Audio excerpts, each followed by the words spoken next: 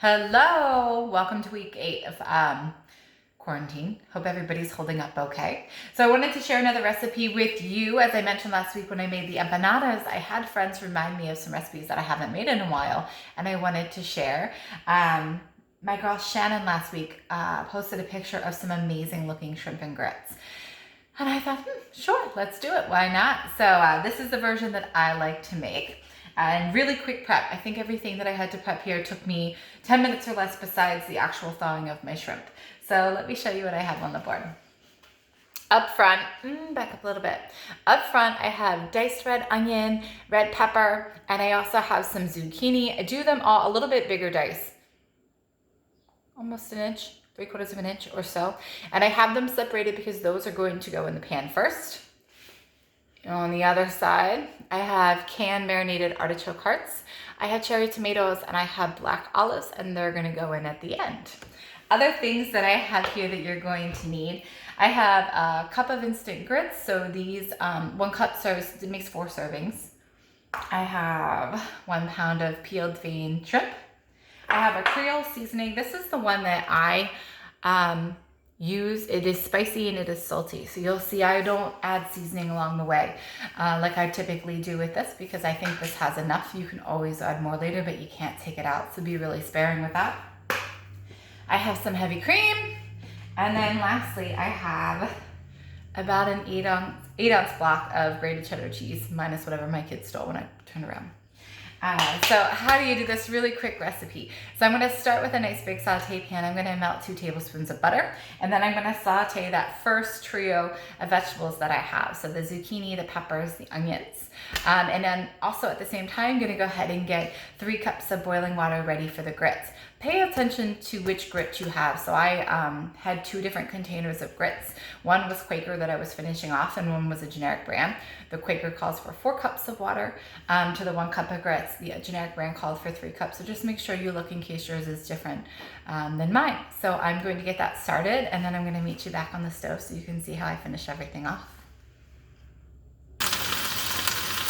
Okay, so I am, if you can see me through the steam, I am sauteing in vegetables in the back corner of my stove, but I have the water boiling for my grits. I'm going to show you how I do this quick. So I have 3 cups of water, a little bit of salt, and then you're going to bring it up to a boil, and then you're going to whisk constantly as you stir those instant grits in. Stir, stir, stir, stir, stir.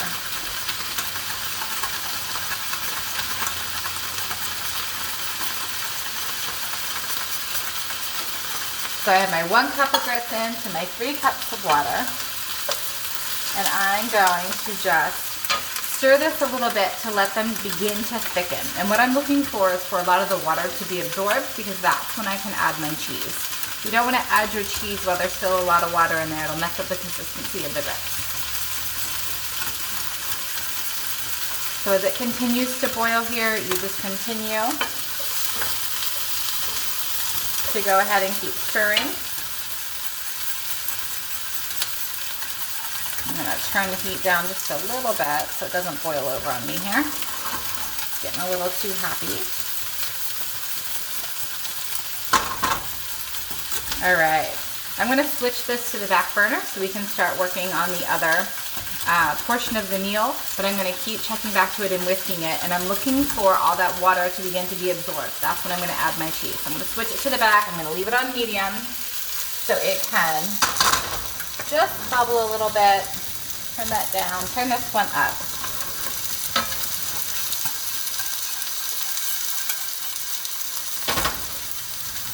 Okay. Nope, doesn't like it. Wants to bubble over. So we're going to give that a second while I do this, and we'll switch.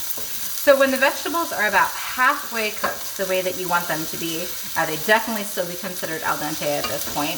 This is when we're going to add the shrimp and the cream and the seasoning. So I start by making a little hole in the middle of my pan, adding my shrimp in. I'm going to deglaze with my cream, probably about, I'm going to say about a full cup of cream, 8 ounces of cream. And I'm going to sprinkle it with that Creole seasoning. I don't do too much on mine because my kids are sensitive to spice, and this is spicy. but probably I'd say it comes out to be about a teaspoon that I put in there. And I'm gonna switch this back to the back burner again. We're gonna flip again.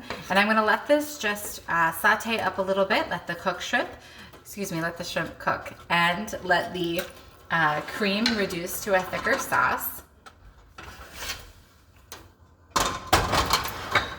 And now let's come back to these grits.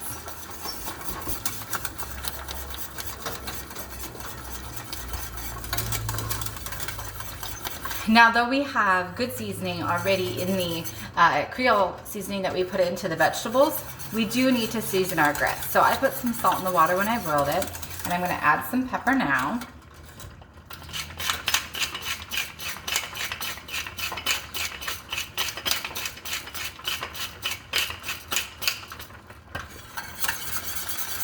And they're almost to the point that I can add in my cheese. They just need to evaporate out a little bit and soak up a little bit more of that water that's left behind. I have the heat for these turned down to medium now. So initially it was on medium high to get everything up to a boil and to get it cooked. But as they sit here and they bubble, we want to make sure that they don't overflow the pan. So now that almost all of the liquid is starting to be absorbed, I can start adding my cheese in. So I'm just going to add a clump, stir, stir, stir to get it melted nicely. Another clump. Actually, let's just put the rest in there. Stir, stir, stir. All that cheese is melted in nicely.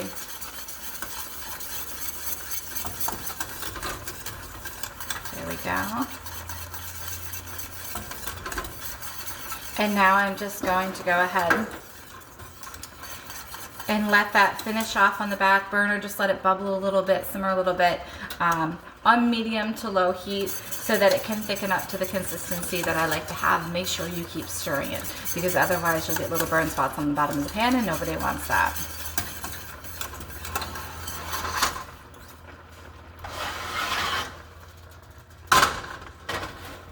All right. So while the shrimp continue to cook over here, I'm going to turn that heat back down on that side. While the shrimp continue to cook over here, and we want to make sure that we don't overcook them too much, the sauce is going to thicken. And we're waiting for that to do so before we add those last three ingredients. So the tomatoes, the olives, and the artichokes, you don't actually need to cook at all. They're just to help add some balance and flavors in the, in the shrimp and grits. So we're gonna save that to the end. I'm keeping an eye on my shrimp here to see how done they are, and they're about halfway right now. While we allow that to go ahead and finish up, I want to introduce you to the wine that I'm going to have today. Ideally, if I could, I wish I had a German Riesling. So you would want to pick either a Cabernet, an Auslese, or a Spätlese, excuse me. So what that means is that they're going to have a certain amount of residual sugar. Cabernet means dry, but it can still have up to 12 grams. And then the Auslese and the Spätlese are going to have a decent amount of residual sugar. We call them off-dry wines. And that's going to complement the spice that you have in this dish. I don't have a German Riesling today, so I'm going to go with my tried and true Provence Rosé, but this is a different one that I haven't showed you before. So this is Fleur de Mer. At least I don't think I showed you this one before. This is Fleur de Mer. And that means flowers of the sea, or flowers by the sea. So if you're familiar with Provence, it's right on the edge of the Mediterranean Sea. And Provence is also, besides being very, famous for rosé, it's very famous for lavender. So they have all these, lavender fields that roll down the coast to the Mediterranean Sea. And they say that all the lavender influences the grapes that are grown there. And then the salty air as well. So something else that a lot of people don't know is Provence. Two things about Provence. It is a salt marsh. It's a famous salt marsh. So they harvest a lot of salt out of there. So if you get a little salty brininess in rosé when you have it from Provence, a lot of times that's why. And the other thing is, it's one of the few places in the world that pink flamingos will naturally nest and reproduce. So something really cool. This sauce is beginning to bubble, so it is just about there. My grits are thickening up, almost to where I need them to be. I don't know if you can see all that bubbling. Just getting that sauce nice and thick. And my shrimp are done.